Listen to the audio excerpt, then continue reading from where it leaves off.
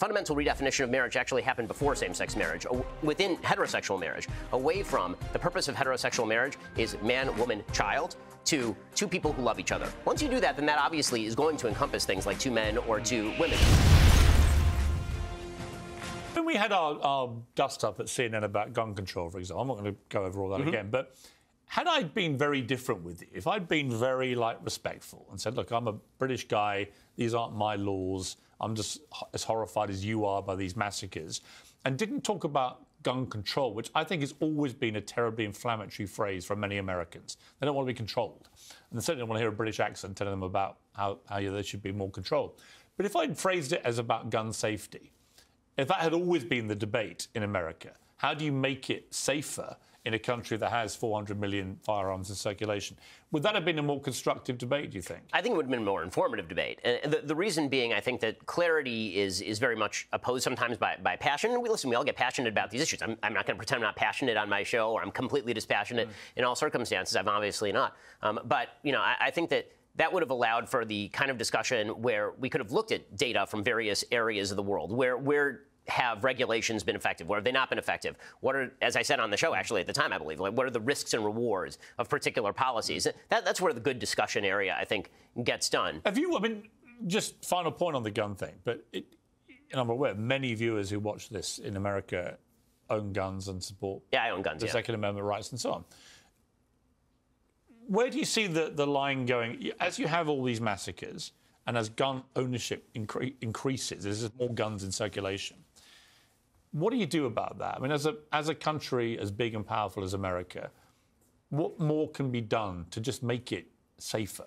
I mean, again, the measures that I've always suggested are measures that tend more toward the gun owner than toward the weapon itself, meaning that we obviously need better screening procedures for people who have a history of severe mental illness. We have red flag laws on the books, but they're not enacted. I mean, people don't actually practically follow the red flag laws, which is why I'm kind of skeptical of the idea that if we pass some more text from the legislature, that's magically going to translate into better action. What we need is more alacrity from the cops. I mean, how many of these mass shootings have we seen where there are 1,000 red flags and the cops go to the house and then they're told, well, no, we're not going to do anything. We're going to leave you back out there. It's almost in every circumstance. So we actually do need law enforcement to have more ability and will to carry out, for example, when they know somebody is severely mentally disturbed or somebody is shooting a gun at their mother, which we've had a case like that.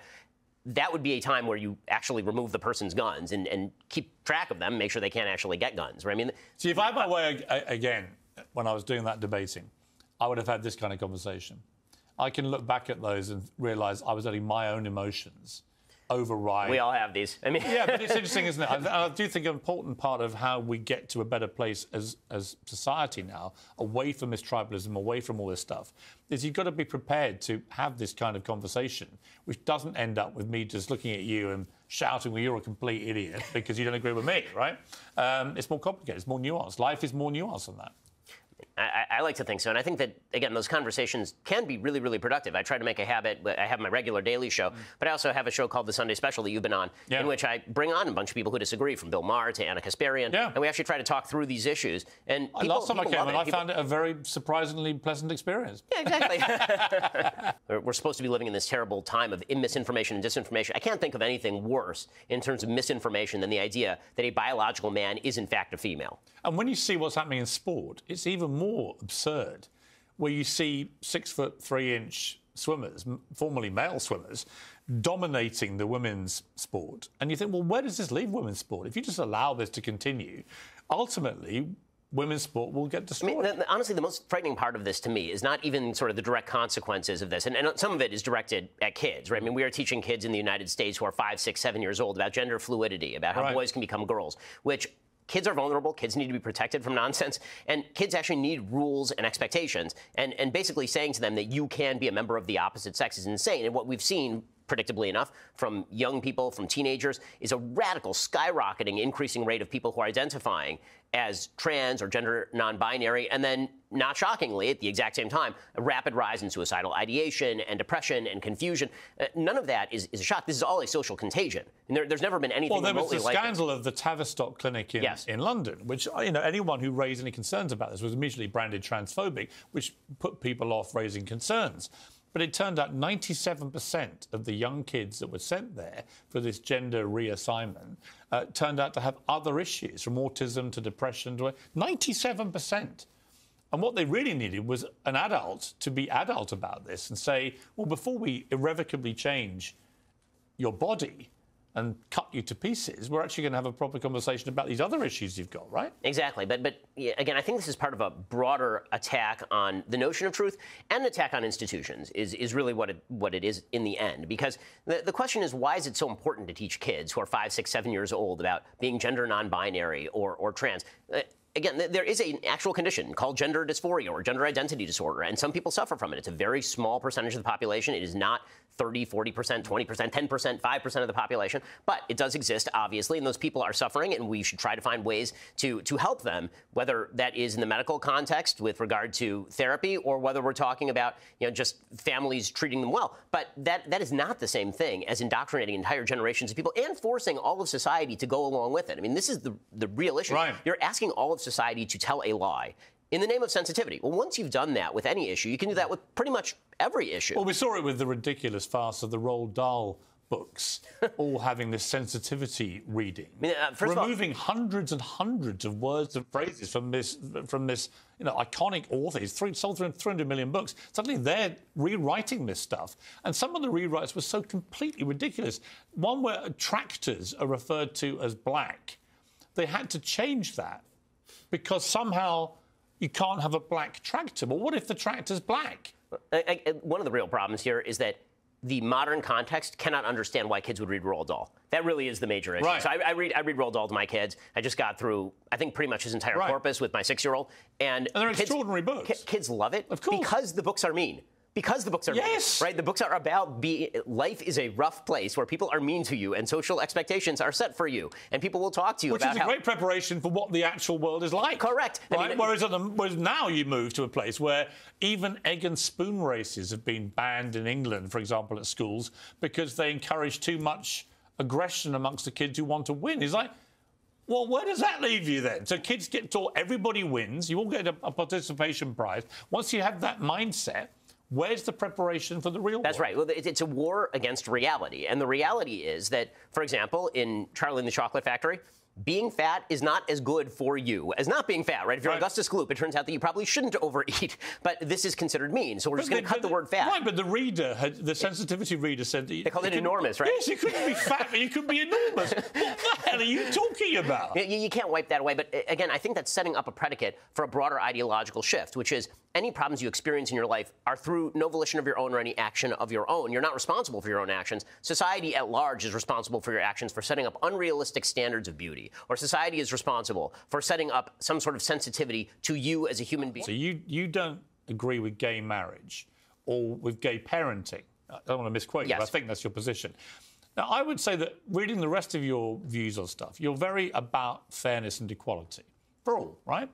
How does that fit in there? Why shouldn't two men who are gay actually be able to bring a child up? Why shouldn't they if they want to get married? How is it equal or fair for them to be excluded? So we can take those issues one by one. So marriage is a societal institution. The question is which relationships society chooses to sanctify. So I'm not in favor of, for example, laws that criminalize homosexual activity or two men living together or two men making a lifelong commitment to one another in whatever context they wish to do that. What I'm objecting to is the idea that marriage as a term is equally applicable to relationships that are designed to produce the future generation and then raise them, as opposed to two people who love each other. The fundamental redefinition of marriage actually happened before same-sex marriage, within heterosexual marriage. Away from the purpose of heterosexual marriage is man, woman, child, to two people who love each other. Once you do that, then that obviously is going to encompass things like two men or two women, but it has no limiting principle because then it could be any group of people who love each other, and I don't think that the government has a fundamental role in propagating relationships other than ones that have externalities that benefit society, and the chief externality that benefits society from marriage is having children and children raised largely with their biological parents. As far as gay parenting, what I've said is that there are sort of hierarchies of options, meaning that the ideal is man, woman, child. And then, if you can't fulfill that ideal, then there's obviously gradations. I would rather that two gay men are raising a child than have that child be in an orphanage, for example. So it's not as though the alternatives are always, the ones that I would want. But shouldn't they be allowed to have the same just rights in law to what straight couples would have. Well, I mean, both as, it's more it's more benefits than rights, right? If you're talking about a right, what you're talking about is a government non-intervention with particular activity. Now, when it comes to children, we obviously do things to protect children or provide them with I've seen gay parents who are fantastic parents. I've seen gay parents who I think are not fantastic parents. Sure. I've seen a lot of straight parents who are awful, and I've seen some great straight parents. I don't really see any particular distinction about what combination you have as your parents. So I do, and the reason I do is because, again, I think there is a fundamental distinction between woman and man, and what that means is that mothers and fathers are both necessary. And so the idea that two men can simply supplant a man and a woman on a generic average level, I don't think is true. They're supplanting. What they're doing, this is what they are. I mean, you don't think that gay people become gay, presumably, right? Well, I mean, I think that the notion that everyone who is gay was always gay from the time that they were born, I don't think that the data back that, per se, because we are seeing rising levels, for example, across society of people identifying in a particular way. So there is some fluidity to sexual behavior and sexual activity. There's less fluidity, probably, to sexual orientation. Would you assume that the majority, but sure, the majority of gay people, male and female, are born gay? Right? If you take that as a basic premise, the majority are, which I absolutely believe. I'm just not sure how it's fair or equitable to deny them the same rights to their relationship status or to parenting that you would give to straight people. So, again, I really don't think that has anything to do with being born or not born in a particular way. I think even if they were not born in a particular way, that the government should not criminalize private activity. What I do think is that if we are talking about the benefits that a government is giving in order to propagate childbearing and rearing within the context of the biological parents, which is, again, what marriage originally was supposed to be, which is why marriage was government-sponsored. What would you do if one of your kids, they're all very young, so you have no idea, but if one of your kids turned out to be gay and wanted to get married, would you be tough enough as a dad to say, you can't do that? I mean, I would oppose that from... So religion... So, again, marriage exists in a few different... Religious, yeah, I mean, religious... So marriage exists in a couple of different iterations. One is religious marriage, which is kind of what I care about. And then there is governmental sanctioned marriage, which is a public policy question. Right. When it comes to religious marriage, no, I'm not in favor of my religion sanctifying same-sex couples, specifically because, again, my religion propagates the idea that man, woman, and child is the model for families. Well, I'm joined now from Saudi Arabia by Jake Paul. Jake, how are you? I'm good, man. It's been a long day. Good to speak to you. I seen you clown Tommy Fury, so please go easy on me, bro. Please go easy. I actually, while I was waiting to interview you, I watched you guys doing a thing together. Quite interesting, the body language, because both of you have a lot to lose on Sunday night, don't you? You're both unbeaten, a lot of pride at stake, a lot of legacy at stake here. How are you feeling about that? I love it, man. I love big moments. I love the high stakes. This is what I came into this sport to do, is to put on big pay-per-views, big events, and I'm putting it all on the line. The bigger the risk, the bigger the reward.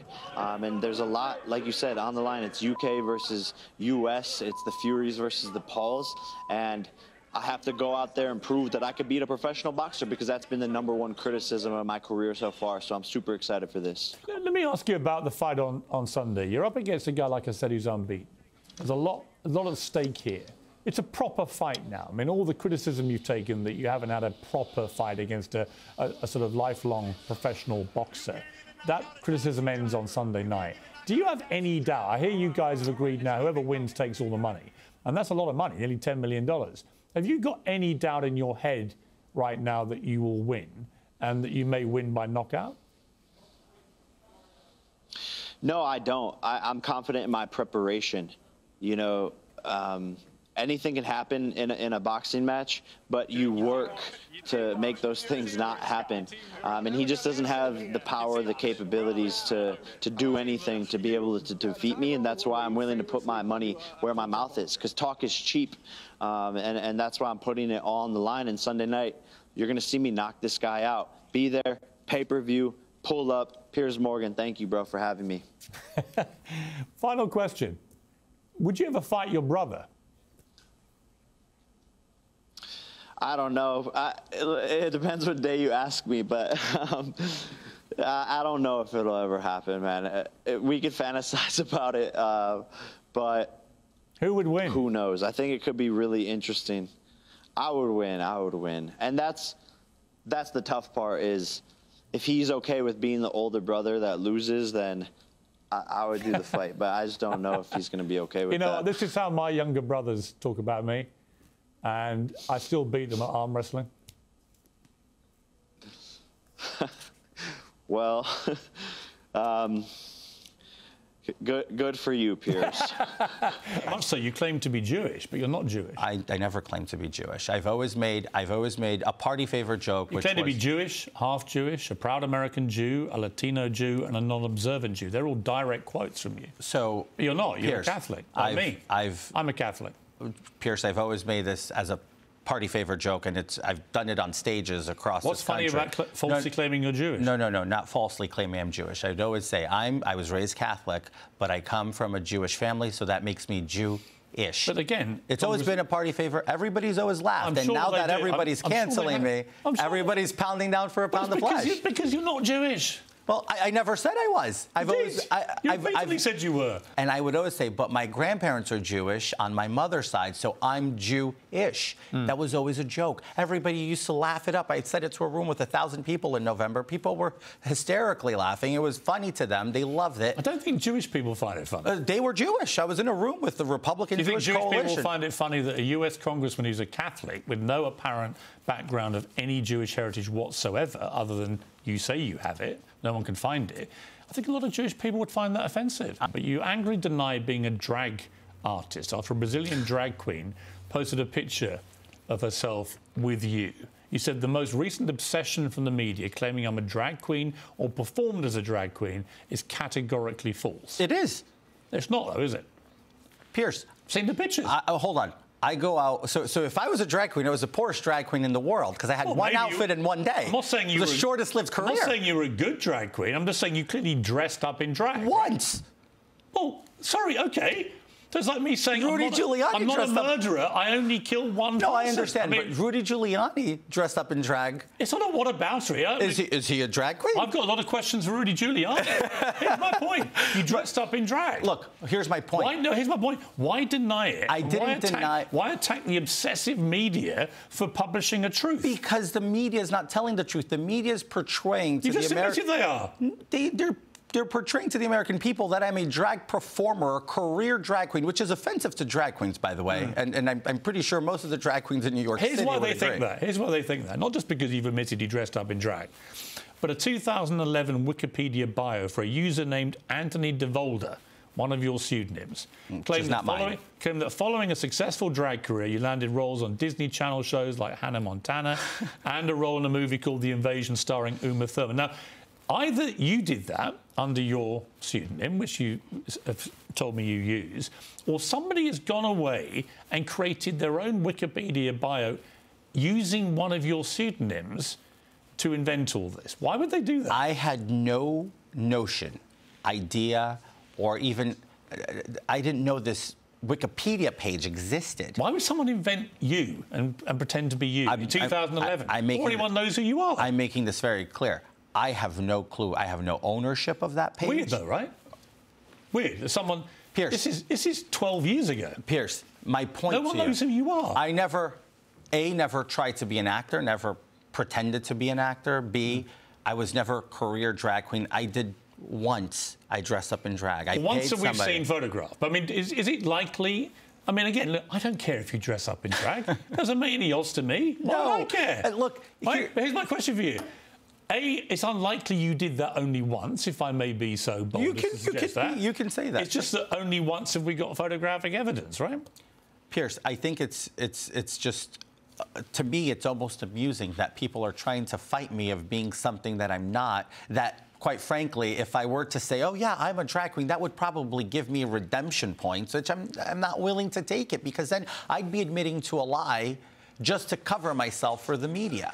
So I feel like what you guys want me to do is admit to something I haven't done. Let me tell you what I want you to do. I simply want you to be honest. I don't give a damn. Well, that's what I'm trying to tell you here. Well, this question of whether she was working, as you claimed, in her office in the South Tower of the Twin Towers on September the 11th, and then passed away, as you said, a few years later when she lost a battle to cancer. Now, there is no record of your mother, Fatima DeVolder, ever having worked in the Twin Towers. So was that true? That's true. Why is there no record of her working there? I don't know where people are looking or what they're looking for. But there is, obviously, because of what happened afterwards. There's a record of everyone that worked there. There's no doubt about who worked there. I'm sorry. Well, there's no doubt about who was There's working no doubt in of who worked in the buildings on. There was a full record done of everybody. Yeah, no, I'm very aware. So the way that I look at this, and I've rest this case before, and respectfully, please, I won't debate my mother's life as she's passed in 16, and I think it's quite unsensitive for everybody to want to rehash my mother's legacy. Well, okay, but hang on. Here's what I would say to that. They're only doing that because you put this on your campaign website. I think if a politician is going to use the fact of his mother's death on as a result... She didn't die on 9/11. She died a few years later. It was actually 15 years later. 15 years, yeah. But you're going to claim that she was in one of the towers on the day of that terror attack. I don't think it's unreasonable for the media to investigate that, to see if it's true. Agree. And there is simply no evidence that your mother ever worked at the World Trade Center. And if Prince Andrew was to say, she got it wrong with me too, is there any way for him back into this, having settled in the way he did? Well, first of all, she didn't say she got it wrong. What she said was that under all the circumstances, it's possible it might have been a case of mistaken identity. There's no doubt that there was abuse here, and it was a long time ago. She was very young. It was a very traumatic situation, and I think it was inevitable to admit that there might have been a case of mistaken identity. But the evidence there was what is important, not the question of whether she thinks it's possible that there was a mistaken identity. And as far as Prince Andrew is concerned, we've got the photograph. We've got the photograph of Prince Andrew, Maxwell, and Virginia there at exactly the time that Virginia said. And the date of that photograph, because it was what the Daily Mail found out, was that it was processed at a Walgreens shortly after Virginia said she came back from that trip. So all of the evidence with respect to the legitimacy of that photograph, I think demonstrates that that photograph is real. And with all your experience of these things, if you establish that Prince Andrew was lying about the photograph, that he had met her, he had put his arm around her, it was with Ghislaine Maxwell at her home, would that in itself have been enough, do you think, to get a conviction? I think it probably would have been, because you have her testimony and you have his complete denial. So the question is he credible or not? And once the jury concludes that he's not credible about having never met her, I think the jury probably concludes he's not credible about claiming that he did not have sex with her. And did you think that's why in the end he settled? Well, I think it was partly that. But I also think that he recognized, and I think his lawyers recognized, that it would be a disaster for him to appear for a deposition. I mean, remember, as you say, I deposed Ghislaine Maxwell, and she was indicted for perjury as a result of that deposition. And I think he would have been taking a terrible criminal risk to appear for a deposition where he'd have to answer these questions under oath. Right. And if he did not answer those questions truthfully under oath, he could then expose himself to real criminal liability. So the risk of criminal liability over perjury alone could have ended up being one of the more serious things he would face. I think that's right. You see, if you lie to an interviewer, you know, you may embarrass yourself. If you lie in a deposition, you could go to jail. I was a Wall Street superstar. I was this, my family was this, and it was all untrue. So I don't categorize these as mistakes.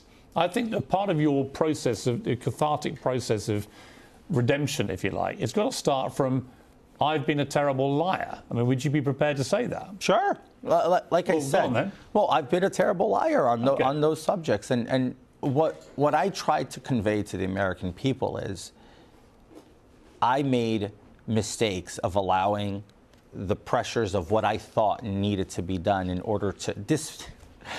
This wasn't about tricking anybody. This wasn't about... Yes, it was. No.